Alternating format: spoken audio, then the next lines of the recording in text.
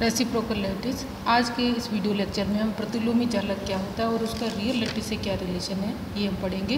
Reciprocal lattice is a set of imaginary points constructed in such A way that the direction of A vector from one point two another coincides with the direction of a normal to the real space planes, and the separation is equal to inverse of interplanar spacing.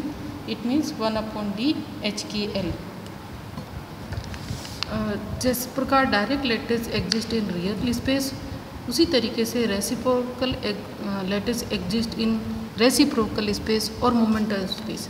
The diffraction pattern can be used to determine the reciprocal vectors of the lattice. Using this process, one can infer the atomic arrangement of a crystal. तो direct lattice और reciprocal lattice का जो relation है या किस तरह से इसकी आवश्यकता पड़ी और क्यों ये आवश्यक है ये हम देखेंगे. तो हमने एक्सरे डिफ्रैक्शन में देखा कि जो एक्सरे डिफ्रैक्शन है वो इक्विवेलेंट है पैरेलल प्लेन्स से रिफ्लेक्शन के, और जो कि क्रिस्टल में बहुत तरीके के इंटरपेनिट्रेटिंग प्लेन्स होते हैं वेराइटी ऑफ ओरिएंटेशन के साथ और variety of orientation and spacing, और उससे अलग अलग जो प्लेन्स है उससे जो एक्स रे है वो अलग अलग तरीके से डिफ्रैक्ट हो सकती है. और ये जो सेट ऑफ पैरेलल प्लेन्स होते हैं इनका जो विजुलाइजेशन है और वो बहुत डिफ़िकल्ट होता है. तो जो पीपी इवॉल्व है उसने सिंप्लीफाई करने के लिए एक मेथड डेवलप किया और इन जो इंटरपेनिट्रेटिंग प्लेन्स है उनको स्पेसिफाई करने के लिए. तो ये जो मेथड है, इस मेथड में सबसे पहले तो हम जो प्लेन है उनका ओरिएंटेशन या स्लोप जो है वो उसके नॉर्मल से डिटरमाइन कर सकते हैं. Any plane can be represented by a vector perpendicular to it. जैसा कि इस डायग्राम से स्पष्ट है कि ये जो प्लेन है जिसके मिलर इंडिसेस HKL है और जो लैटिस कांस्टेंट ABC दिए गए हैं, तो ये जो प्लेन है इसका जो नॉर्मल है, इस नॉर्मल की डायरेक्शन से हम जो रेसिप्रोकल लैटिस है उसको रिप्रेजेंट करते हैं.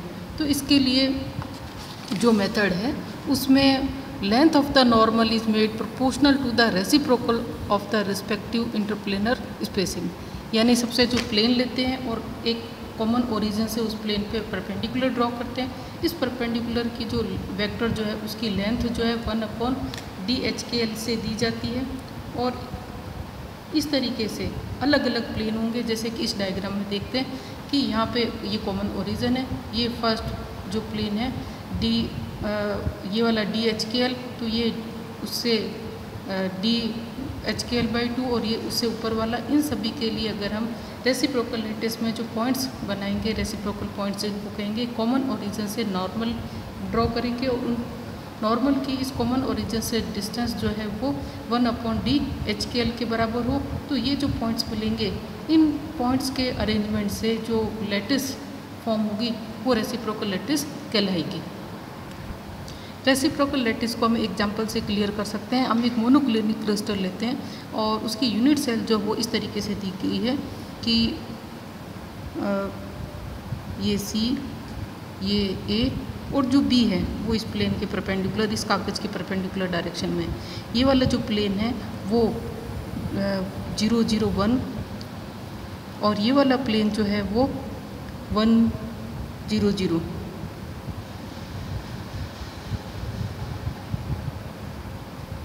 को शो करेगा.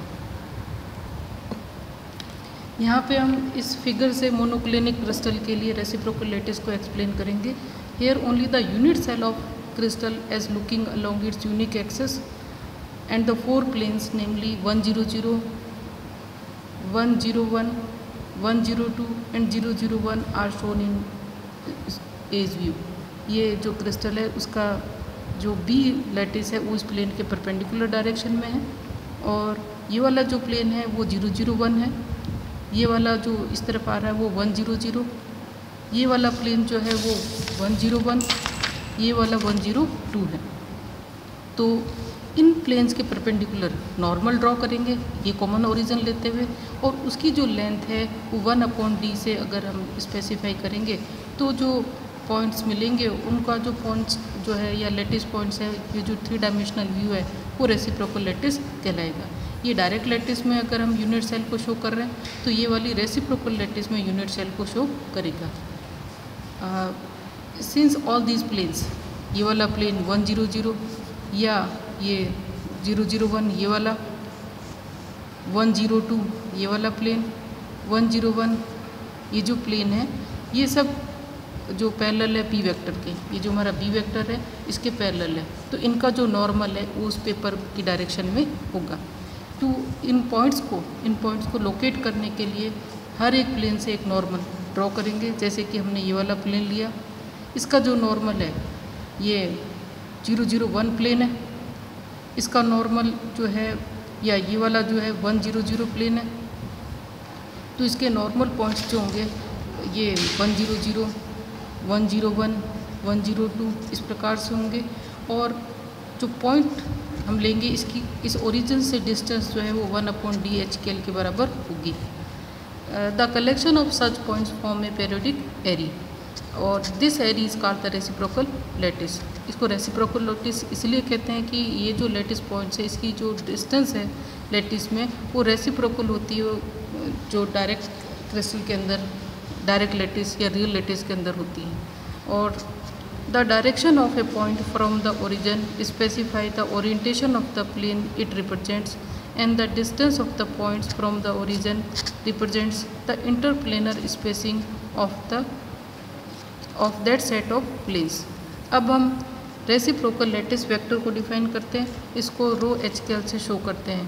ये एक वेक्टर होता है जिसका मैग्नीट्यूड 1/d(h)L के बराबर होता है, और उसकी जो डायरेक्शन होती है वो पैरेलल होती है नॉर्मल, जो d(h)L जो प्लेन है जिसकी मिलर इंडिसेस h(L) है। और जब पैरेललोपाइप बनता है, ये जो तीन non coplanar reciprocal lattice vectors ρ100, ρ010 और ρ001 से जो यूनिट सेल बनती है वो पैरेललोपाइप होता है रेसिप्रोकल लैटिस के अंदर। एक बार पुनः हम इस रेसिप्रोकल लैटिस को एक डायग्राम से क्लियर करते हैं। तो ये वाली जो हमारी ये 100 प्लेन है, ये वाले इसके नॉर्मल की डायरेक्शन ये होगी, ये वाला पॉइंट 100, नेक्स्ट 200, नेक्स्ट 300। इसी तरीके से अगर हम ये 101 प्लेन लेंगे, इसके जो 101 प्लेन का जो पहला पॉइंट है ये नेक्स्ट 102, इसी तरीके से ये वाले पॉइंट जो है ऊपर आते जाएंगे।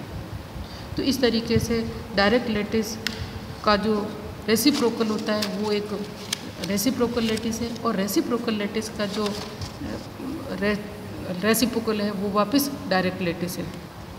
Reciprocal lattice of various crystal, अगर हम सिंपल क्यूबिक डायरेक्ट लैटिस लेते हैं तो इसका जो रेसिप्रोकल है वो भी एक सिंपल क्यूबिक होगा, और जो यूनिट सेल की जो मैग्नीट्यूड है, डायमेंशन है, वो चेंज हो जाएगी।